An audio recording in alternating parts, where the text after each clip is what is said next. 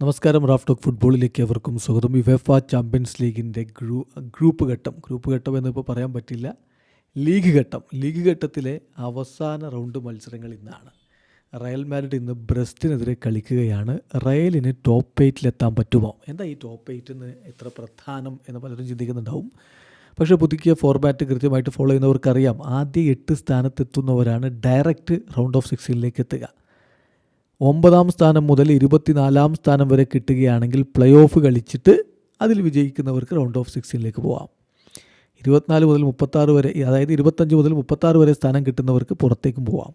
അപ്പോൾ റയൽ എന്തായാലും പ്ലേ ഓഫിലുണ്ടാകുമെന്ന കാര്യം ഉറപ്പാണ്.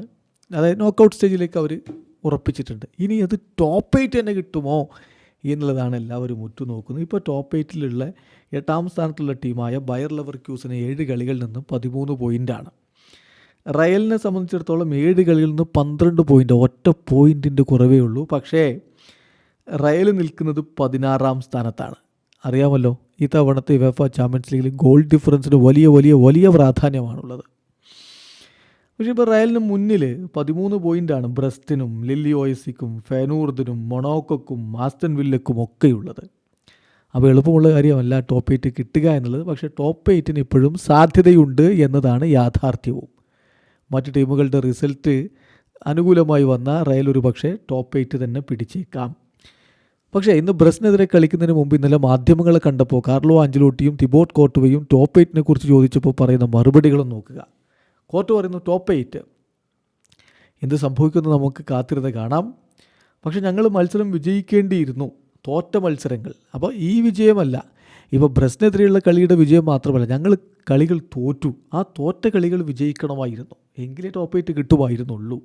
ഒരുപാട് കളികൾ ഞങ്ങൾ തോറ്റില്ലേ. സോ ടോപ്പ് 8 എന്നുള്ളത്, ബെസ്റ്റ് 8 എന്നുള്ളത് ബുദ്ധിമുട്ടേറിയ കാര്യമാണ് എന്ന് കോർട്ട് പറഞ്ഞു. ഒരുപാട് കളി തോറ്റില്ലെന്ന് അദ്ദേഹം ചോദിക്കുമ്പോൾ അതിൽ നമ്മൾ മനസ്സിലാക്കേണ്ട കാര്യം, റയൽ മാഡ്രിഡ് ഇത്തവണ 7 മത്സരങ്ങൾ യുവേഫ ചാമ്പ്യൻസ് ലീഗ് കളിച്ച് 3 കളി തോറ്റു.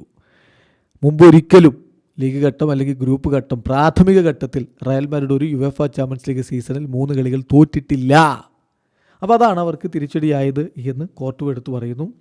കോച്ച് ആഞ്ചലോട്ടിയോടും ഇത് തന്നെ ചോദിക്കുമ്പോൾ അദ്ദേഹം പറഞ്ഞു, ബ്രസ്റ്റിനെതിരെ കാര്യങ്ങൾ നന്നായിട്ട് ചെയ്യുക എന്നുള്ളതാണ് പ്രധാനം. ബ്രസ്റ്റ് മികച്ച രൂപത്തിൽ കളിക്കുന്ന ടീമാണ്. അവർക്ക് ഞങ്ങളെക്കാൾ 1 പോയിൻ്റ് ഇപ്പോൾ തന്നെ കൂടുതലുണ്ട്. സോ അവർക്കെതിരെ ബുദ്ധിമുട്ടേറിയ മത്സരമായിരിക്കും. ടോപ്പ് 8 എന്ന് പറഞ്ഞാൽ ഞങ്ങളിപ്പോൾ ടോപ്പ് 8 ഫോക്കസ് ചെയ്യുന്നില്ല, ഞങ്ങളുടെ ഗെയിം ഞങ്ങൾ നന്നായിട്ട് കളിക്കും, ജയിക്കണം, ഇതാണ് ഇപ്പോൾ എനിക്ക് പറയാനുള്ളത് എന്നുകൂടി കോച്ച് പറയുന്നു. വീഡിയോ അവസാനിക്കുന്ന ഫുട്ബോൾ ലോകത്തെ കൂടുതൽ വിശേഷങ്ങളുമായി റാഫ് ടോക്സിന് എത്താം.